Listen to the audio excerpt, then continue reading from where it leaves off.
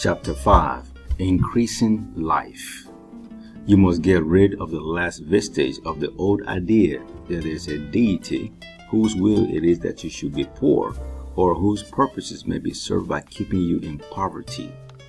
The intelligent substance which is all and in all, and which lives in all and lives in you, is a consciously living substance.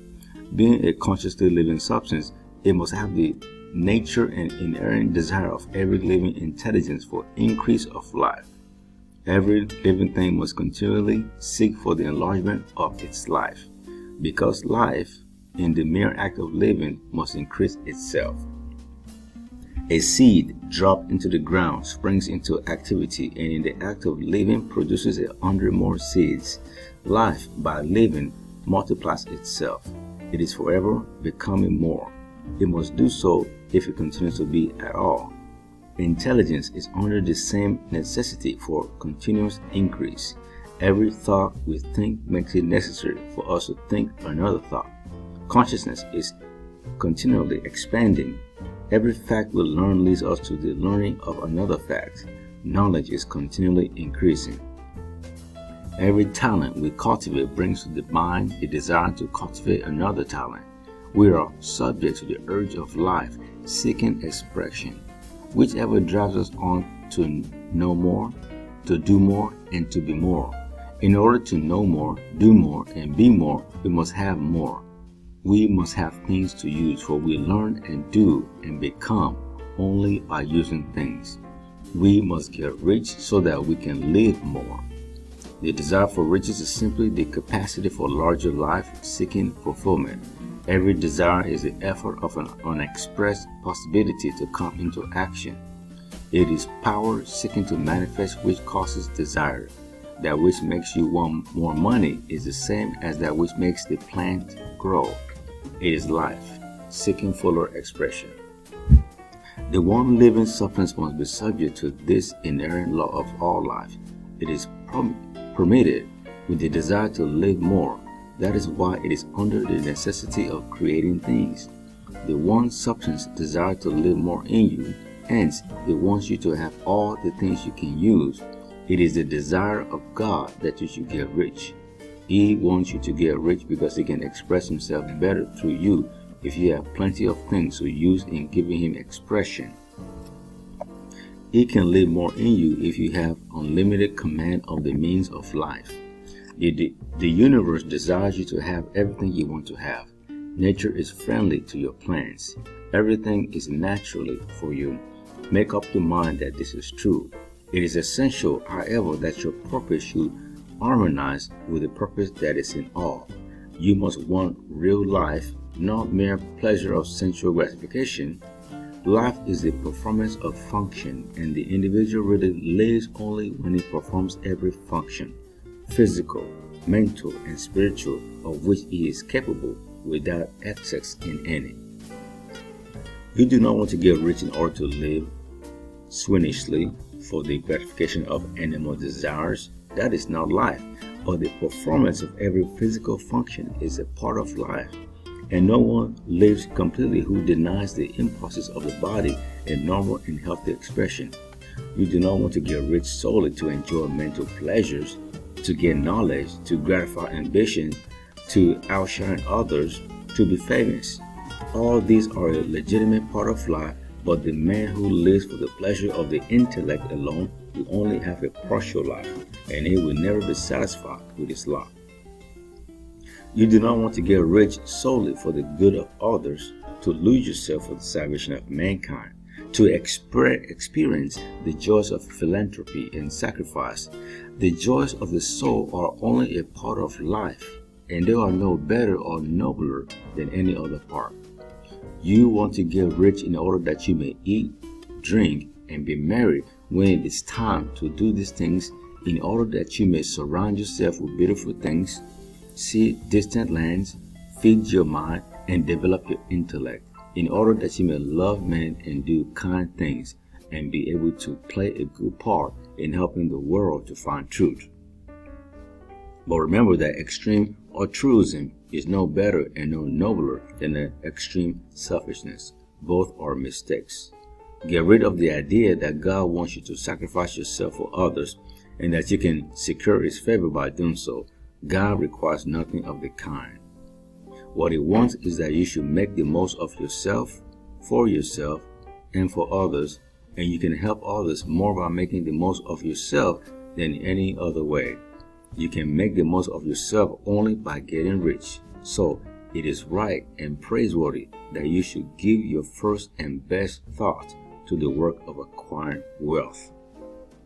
Remember, however, that the desire of substance is for all, and its movement must be for more life to all. It cannot be made to work for less life to any, because it is equally in all, seeking riches and life.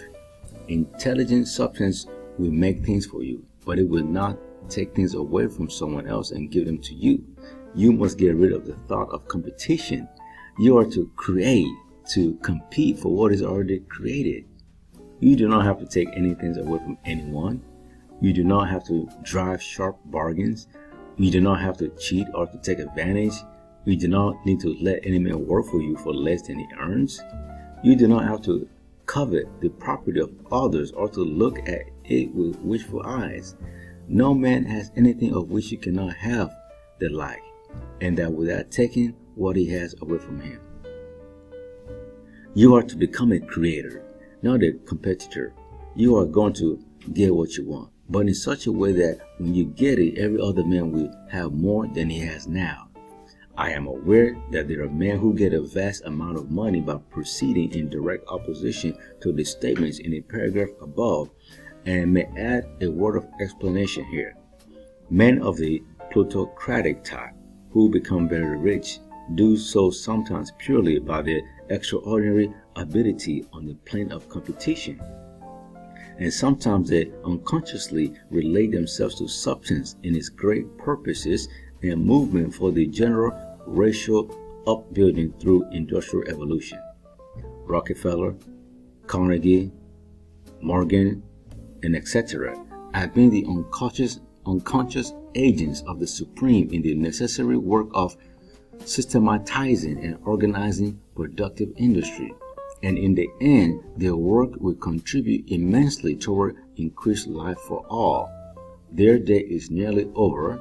They have organized production and will soon be succeeded by the agents of the multitude who will organize the machinery of distribution. The multimillionaires are like the monster reptiles of the prehistoric eras. They play a necessary part in the evolutionary process, but the same power which produced them will dispose of them. And it is well to bear in mind that they have never been really rich. A record of the private lives of most of this class will show that they have really been the most abject and wretched of the poor. Riches secured on the competitive plane are never satisfactory and permanent. They are yours today and another's tomorrow.